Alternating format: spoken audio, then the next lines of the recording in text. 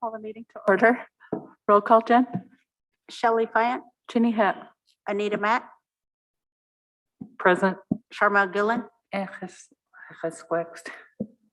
Carol Langford, Len Titith, Here. Bing Matt, Ellie Bundy, Martin Charlo, Present. Mike Dolson, I'm here. James Dale Senior.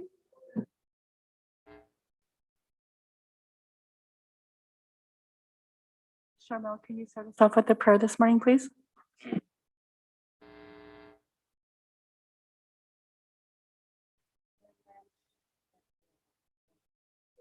And today, Lord, we just thank you that that you are the giver of life and that your breath is within us and that by your spirit we live, and just ask for your presence here today. We just welcome you to come and to hover over us and to be within us and to guide us so that we would know what it is to walk in your way today, because your way is a good way. And we're here because we want to be a part of bringing goodness to our nation. And I just pray for all of our nation, for our citizens and for the young and the old and for the unborn and for the generations that are to come. And just pray, Lord, that you would bring us together as one today. And we just lift you up. We thank you that you are gracious and kind and full of mercy and love for us. So we just pray for all of those who are in need of your touch, in need of healing, in need of help. And just thank you that you're present and you are more than able. These things I pray in your name, Jesus. Lam lam shkumi etzchei.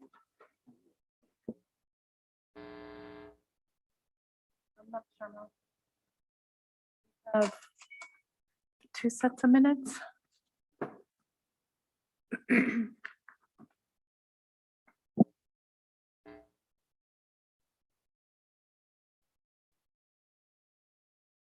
first set of minutes is from September 16th.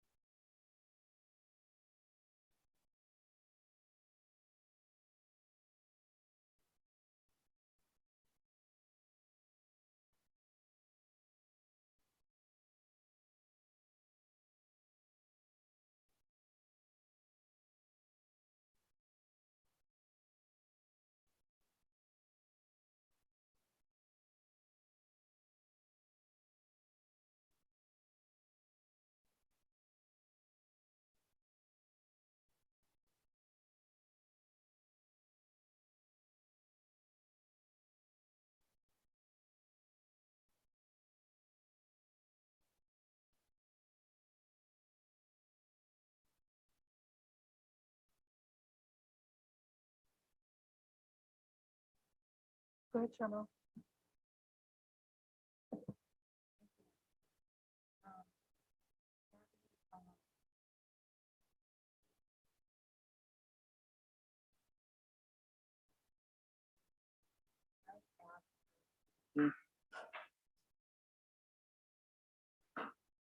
I'm sorry.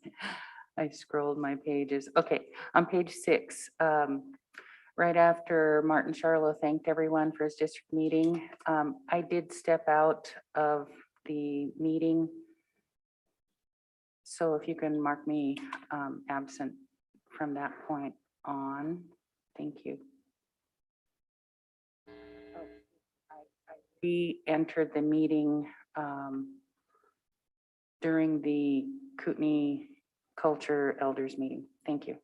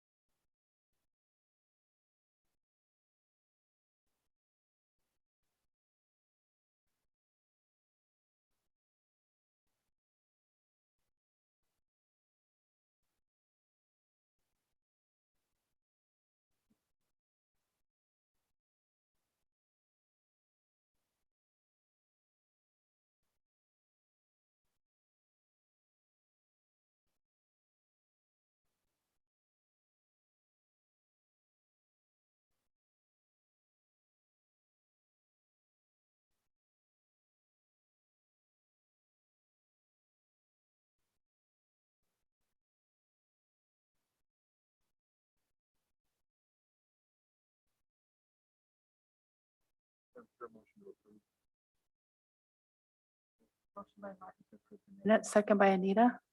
Any other changes? All those in favor?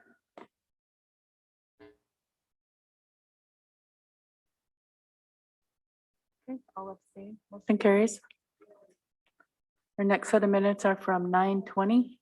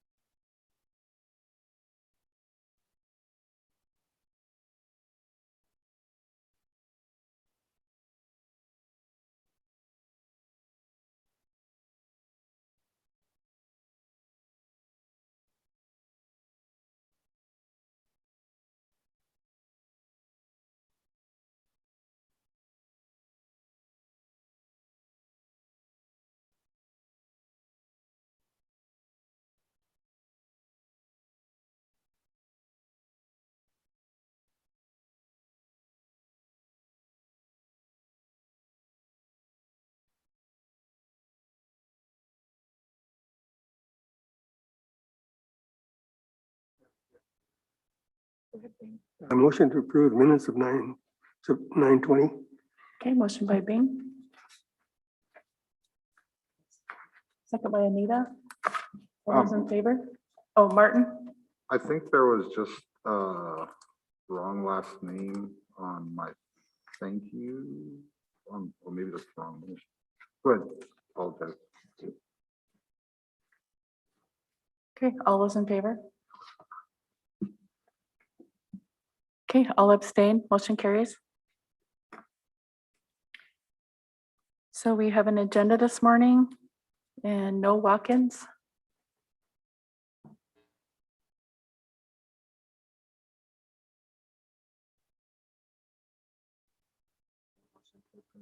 Agenda. Carol? I will be attending the funeral at 11 and then I'll be back right after. And then I got drug court at 3.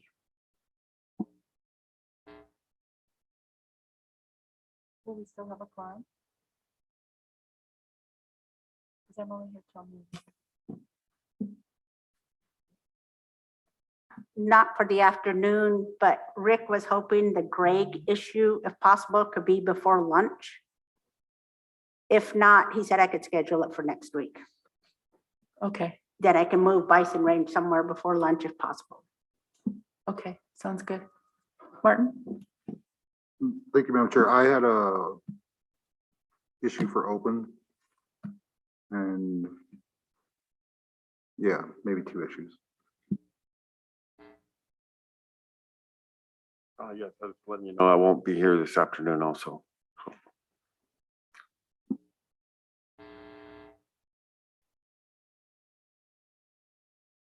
I can skip drug court. It's not mandatory, but I was just letting you know.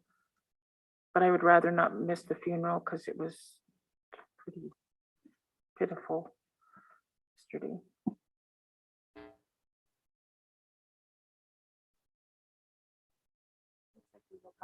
For the afternoon then?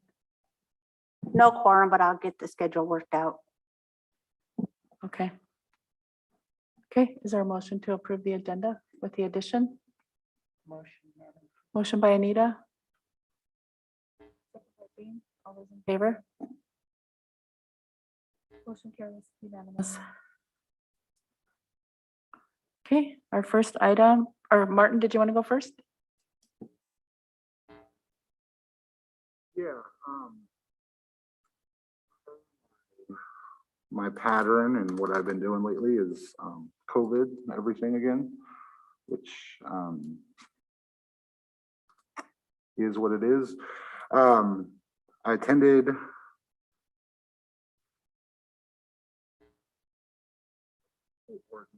and offered our assistance to them. Heard some various opinions and things of that nature. But I just want to make sure that people take a look at our numbers where we're at as of yesterday. Sorry, it's taking me a minute to get them on the screen. We're up 39 cases. We're at 374. 87 of those people are breakthrough cases. And again, you know, people say that you can get COVID on the vaccine or after you have the vaccine, which is true, but those cases are not as severe. If you look at the numbers of people that are on ventilators, taking up ICU beds, at least 90% of them are unvaccinated. So those numbers speak for themselves. We are, since the last meeting, I believe that we lost another community member, so condolences go out to them. We are at 47 deaths since this started in Lake County. For our tribal population, we are affected more because of a lot of different conditions, factors. But one thing that I neglected to kind of point out when I was at the said school board meeting is that The reasons why we're affected more is that, you know, we do have issues with housing or with multi-generational homes or lack of things like a camper that you can isolate in, or lack of a, you know, another place you can isolate. And so when we're getting COVID cases, it's literally entire, you know, grandmother to grandson. And that terrifies me because, you know, the people that we're supposed to be looking out for, our elders and our children, are being attacked by this virus right now. And however you feel about masks, you know, like I feel that they work. The science is there. If you want to do a science project, try blowing out a candle with a mask on. Think about sneezing, and if you sneeze into a mask versus sneezing in a room, the difference between that. And we're talking about kids in a classroom, and that is something that I think, you know, we will offer our assistance to schools, and we will continue to do that, and we'll continue to protect our people. So we can do better. Our numbers should be going down right now, not up. So thank you. Thank you, Martin. Carol? Yeah, I want to thank Ellie and Martin for going to the school board meeting. I noticed that on social media, the parents and the staff and faculty at Polson have taken it upon themselves to start to demand and push for this mask in school. And I think it's time for the council as a body that we go forward to the school board and support those families and do that. I appreciate, you know, people going in and, you know, visiting with the school board, but I think when the governing body does that as a body, I think it's much stronger. So I would hope that we could get those meetings set up. I don't know if Rob has went ahead and done that. Maybe Martin has an update on that, but I think we need to do it collectively and forcefully, and get behind these parents. And there's just so many in the community that want to do it, but Polson, I just commend them for going out in public and saying, we need this. So yeah, so whatever we can do to get behind that community, let's do it, and let's start pushing back on this stuff, because it's pretty scary. And went to a service last night, and there was just a few masks, you know, and so I don't know if I stand up and say you guys are all supposed to put masks on, probably, but I don't know if that's my place. But somehow we need to make sure that when there's services going on, that it's a requirement that we have people wearing masks, because that's one of our biggest places where we gather lately. And it's serious. So thank you. Yeah, I think we're going into COVID a little bit more, so that's kind of why I just stuck to this. But since that school board meeting, and I should have put that out in my first, they actually did a strong recommendation to parents and students to wear masks in the schools. Teachers as well are strongly encouraged. I think that, you know, school boards are kind of in a really awkward situation right now with different things. But yeah, I agree, Carol. You know, we are going to do that. But you know, our first step is we are going to, you know, be as diplomatic as possible, offer our help, and then we'll, you know, if things don't improve, I know we don't have a lot of time, but we're at least going to do that. Ellie was there as well. She offered a very warm and nice invitation to the school board to meet with us regarding this. The superintendent, I believe Mr. Sargent, said, you know, because of meeting laws and whatever, they have to schedule it and do it as a, so they would be willing to do it as a body. So my suggestion is let's start calling or requesting that maybe superintendents come in and maybe do a Zoom call with all of them on the reservation. And that's something I know that we are, like, again, we're going to talk about later today, but I think that us even going to that school board meeting kind of hopefully impacted them a little bit, made them understand where we're coming from as a tribe. And the big thing too is that, it's not just our tribal members that we want to protect. And that's the one thing that we ought to make sure is that, this is a community issue. It's a global issue. Thinking globally, but even here, it's like north and south of us. They got to do better. We are smack dab in between two counties that include our reservation that have 1,000+ cases.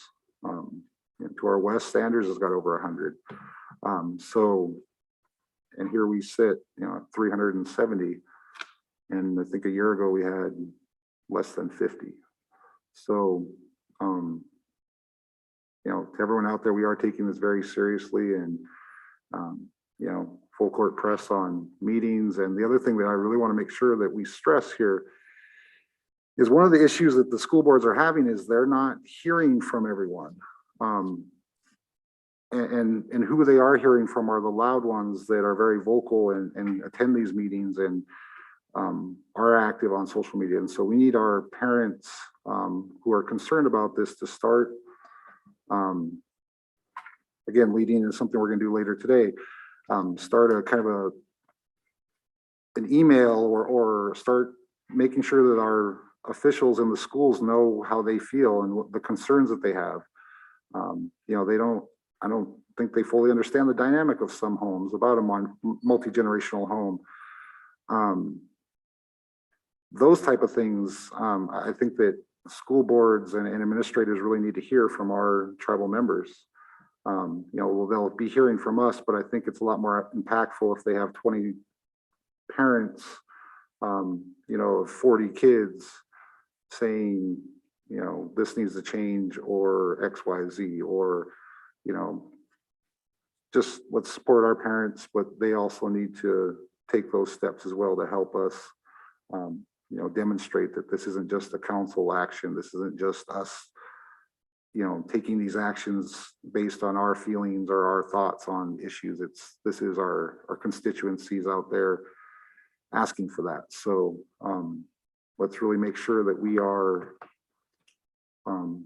supporting each other in this, because really we are, truly in this together as, and let's keep our kids healthy.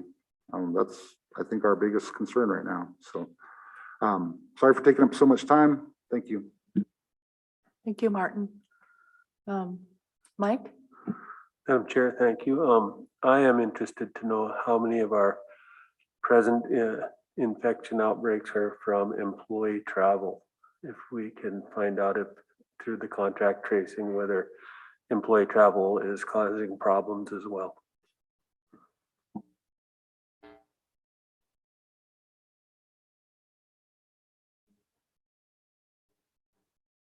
I saw an email where you said you were gonna coordinate meeting with the commissioners and the school boards. Okay, thank you, Madam Chair. Yes, that's what I was trying to meet with Ellie and Martin about.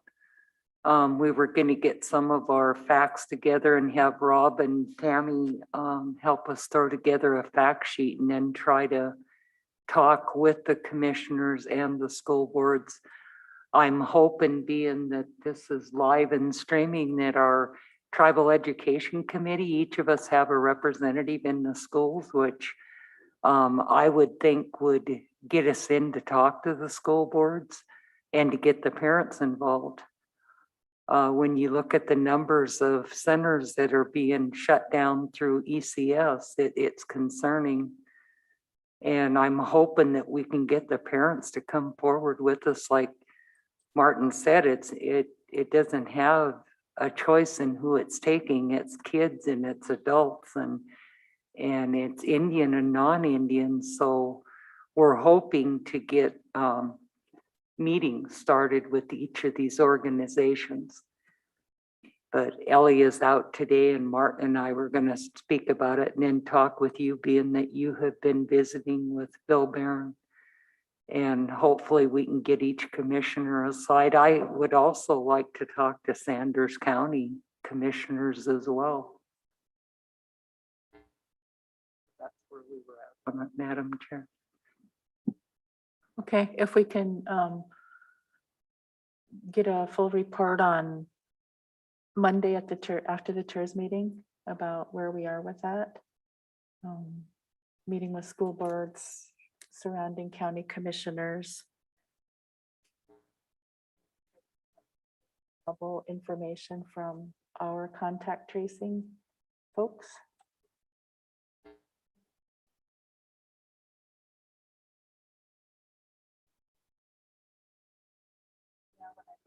Tribal numbers that's updated several times a day. It is very concerning, especially the ECS numbers, you know, that's where the little folks are. And I don't know what it's going to take for those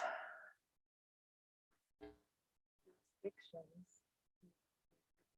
about mask mandating. And I don't know what it's going to take for the people to actually go out and get vaccinated. But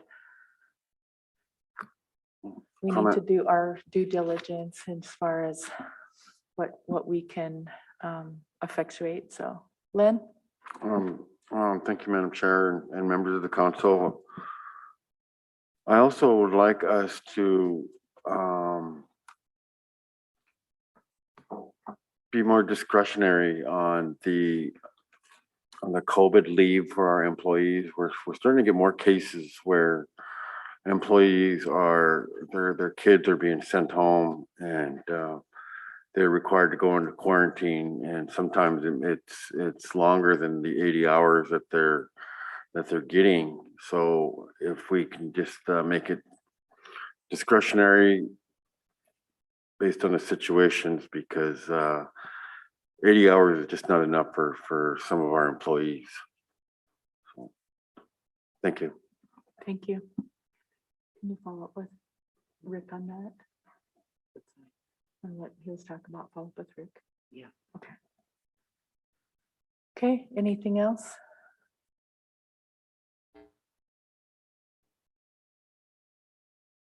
For keeping us in the forefront of our work. We'll switch gears to lands. We have a buy-sell agreement with Marketer. Starts on page 2 in the packet.